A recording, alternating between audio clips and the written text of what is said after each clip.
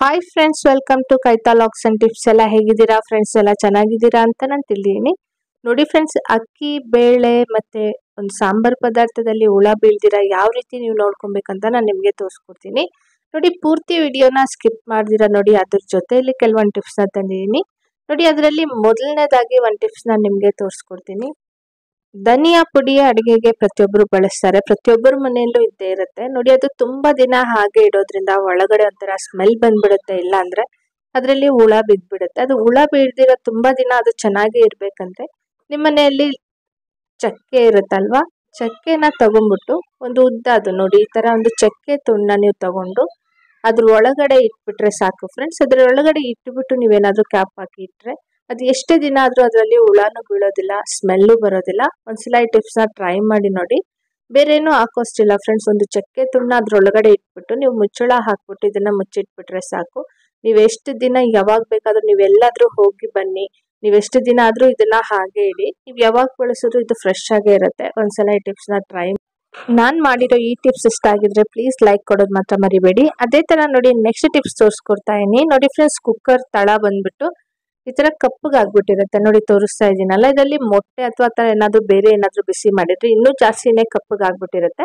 ಆ ಕಪ್ಪಗೆ ಆಗಿರೋದನ್ನ ನೀವು ಯಾವ ರೀತಿ ಕ್ಲೀನ್ ಮಾಡ್ಕೋಬಹುದು ಅಂತ ನಾನು ನಿಮ್ಗೆ ತೋರಿಸ್ಕೊಡ್ತಾ ಇದೀನಿ ನೋಡಿ. ಒಂದು ಸ್ಟೀಲ್ ನಾರ್ ತಗೊಳ್ಳಿ, ಅದಕ್ಕೆ ಸ್ವಲ್ಪ ಪೇಸ್ಟ್ ಹಾಕ್ಬಿಟ್ಟು ಈ ಸ್ಟೀಲ್ ನಾರಲ್ಲಿ ಪೇಸ್ಟ್ ಹಾಕೊಂಡು ನೀವು ಚೆನ್ನಾಗಿ ಸ್ಕ್ರಬ್ ಮಾಡೋದ್ರಿಂದ ಕೆಳಗಡೆ ಅದು ಎಷ್ಟೇ ಕರೆ ಕಟ್ಟಿರ್ಲಿ, ಎಷ್ಟೇ ಕಪ್ಪಾಗಿರ್ಲಿ, ಅದು ಮೊಟ್ಟೆ ಎಲ್ಲ ಬಿಸಿ ಮಾಡಿದಾಗ ತುಂಬಾನೇ ಕಪ್ಪಾಗ್ಬಿಡುತ್ತೆ ಒಂದೊಂದ್ಸಲ ತಳ.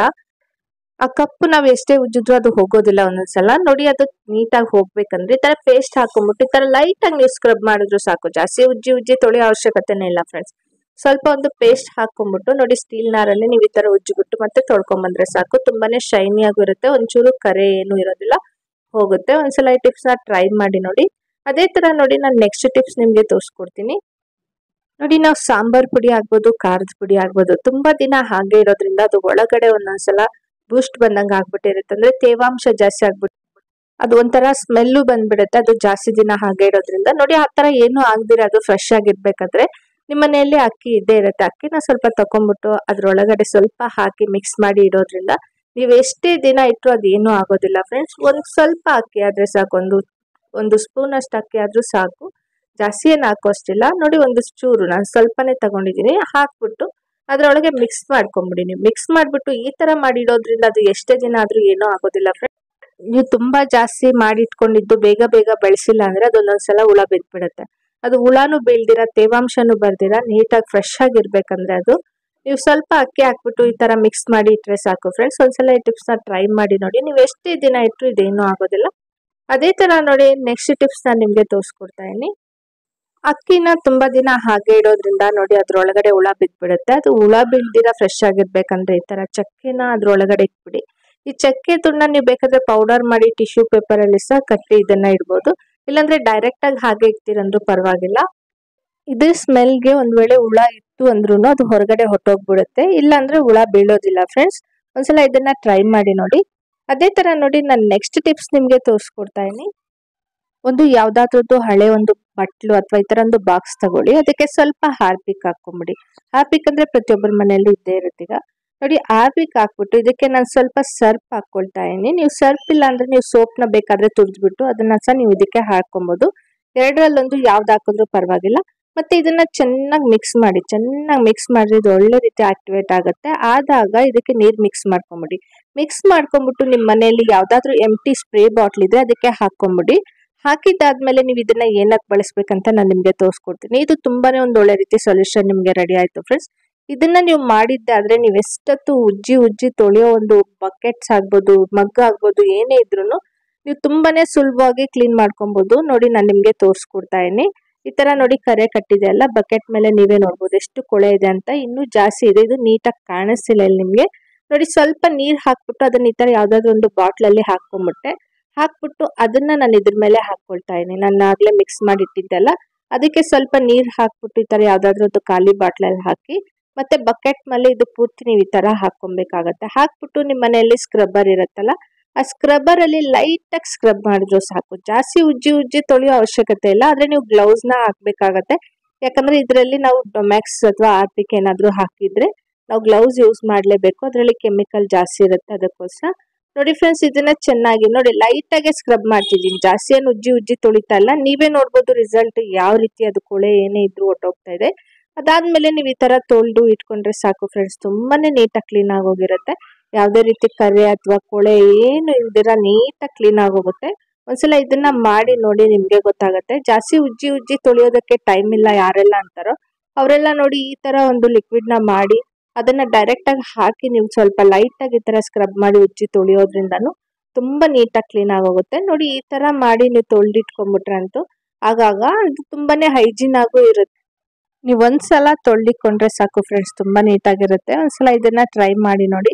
ನಾನ್ ಮಾಡಿರೋ ಈ ಟಿಪ್ಸ್ ಇಷ್ಟ ಆಗಿದ್ರು ಪ್ಲೀಸ್ ಲೈಕ್ ಕೊಡೋದು ಮಾತ್ರ ಮರಿಬೇಡಿ. ಅದೇ ತರ ನೋಡಿ ನೆಕ್ಸ್ಟ್ ಟಿಪ್ಸ್ ನಾನು ನಿಮ್ಗೆ ತೋರಿಸ್ಕೊಡ್ತಾ ಇದೀನಿ.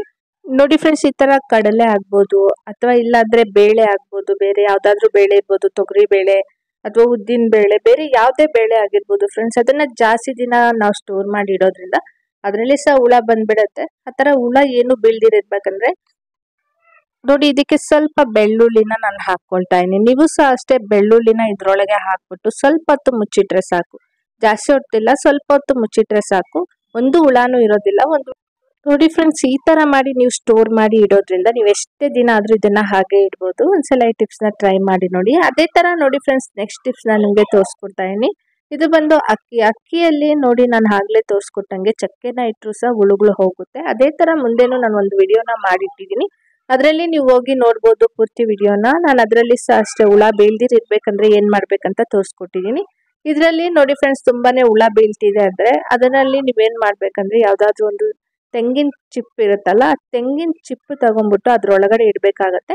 ನೀವು ಅದೇ ತೆಂಗಿನ ಚಿಪ್ನ ಬಳಸಬೇಕಾಗತ್ತೆ. ನೀವು ಅಕ್ಕಿನ ಎತ್ಕೊಳ್ಳೋದಕ್ಕಾಗ್ಬೋದು, ಪ್ರತಿಯೊಂದಕ್ಕೂ ಈ ತರ ಮಾಡೋದ್ರಿಂದ ರೆಗ್ಯುಲರ್ ಆಗಿ ಅದ್ರಲ್ಲಿ ಒಂದು ಹುಳಾನು ಇರೋದಿಲ್ಲ ಫ್ರೆಂಡ್ಸ್. ಒಂದ್ಸಲ ಈ ಟಿಪ್ಸ್ ನ ಟ್ರೈ ಮಾಡಿ ನೋಡಿ. ನಾನ್ ಮಾಡಿರೋ ಈ ಟಿಪ್ಸ್ ಇಷ್ಟ ಆಗಿದ್ರೆ ಪ್ಲೀಸ್ ಲೈಕ್ ಕೊಡೋದು ಮಾತ್ರ ಮರಿಬೇಡಿ. ಅದೇ ತರ ನೋಡಿ ನೆಕ್ಸ್ಟ್ ಟಿಪ್ಸ್ ನಾನು ನಿಮ್ಗೆ ತೋರಿಸ್ಕೊಡ್ತೀನಿ. ನೋಡಿ ಫ್ರೆಂಡ್ಸ್, ಈ ತರ ಬ್ಯಾಗ್ಸ್ ಪ್ರತಿಯೊಬ್ಬರ ಮನೆಯಲ್ಲಿ ಇದ್ದೇ ಇರುತ್ತೆ. ಇದನ್ನ ನಾವೇನ್ ಮಾಡ್ತೀವಿ ಅಂದ್ರೆ ಎಲ್ಲಾದ್ರೂ ಶಾಪಿಂಗ್ ಹೋದಾಗ ಎಲ್ಲ ತಗೊಂಡ್ ಹೋಗ್ತಿರ್ತೀವಿ.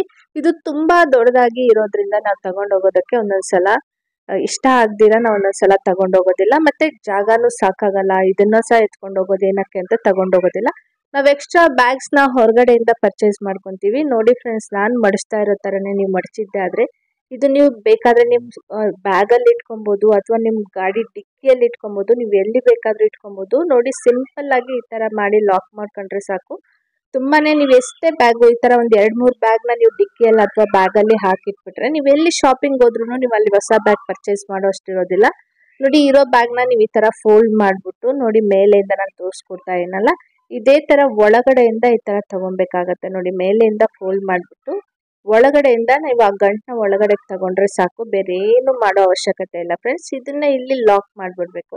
ಲಾಕ್ ಮಾಡ್ಬಿಟ್ಟು ನೋಡಿ ಈ ಬ್ಯಾಗ್ಸ್ ನ ನಾವು ಬ್ಯಾಗ್ ಅಲ್ಲಿ ಆಗ್ಬೋದು, ಡಿಕ್ಕಿಯಲ್ಲಿ ಆಗ್ಬೋದು, ಎಲ್ಲಿ ಬೇಕಾದ್ರೂ ಇಟ್ಕೊಂಡು ನಮ್ಗೆ ಬೇಕಾಗಿರೋ ಸಾಮಾನ ತರೋದಕ್ಕೆ ಇದನ್ನ ಬಳಸಬಹುದು. ನೋಡಿ ಫ್ರೆಂಡ್ಸ್, ನಾನು ಮಾಡಿರೋ ಟಿಪ್ಸ್ ಇಷ್ಟ ಆಗಿದ್ರೆ ಪ್ಲೀಸ್ ಲೈಕ್ ಕೊಡೋದು ಮಾತ್ರ ಮರಿಬೇಡಿ. ಅದೇ ತರ ನನ್ನ ಚಾನಲ್ ನ ಸಬ್ಸ್ಕ್ರೈಬ್ ಮಾಡಿ, ಬೆಲ್ ಬಟನ್ ಕ್ಲಿಕ್ ಮಾಡಿ, ಇನ್ನೂ ಹೆಚ್ಚಾಗಿ ನೋಟಿಫಿಕೇಶನ್ ನಿಮ್ಗೆ ಬರುತ್ತೆ. ವಿಡಿಯೋ ನಿಮ್ಗೆ ಇಷ್ಟ ಆಗಿದ್ರೆ ಫ್ಯಾಮಿಲಿ ಮತ್ತೆ ಫ್ರೆಂಡ್ಸ್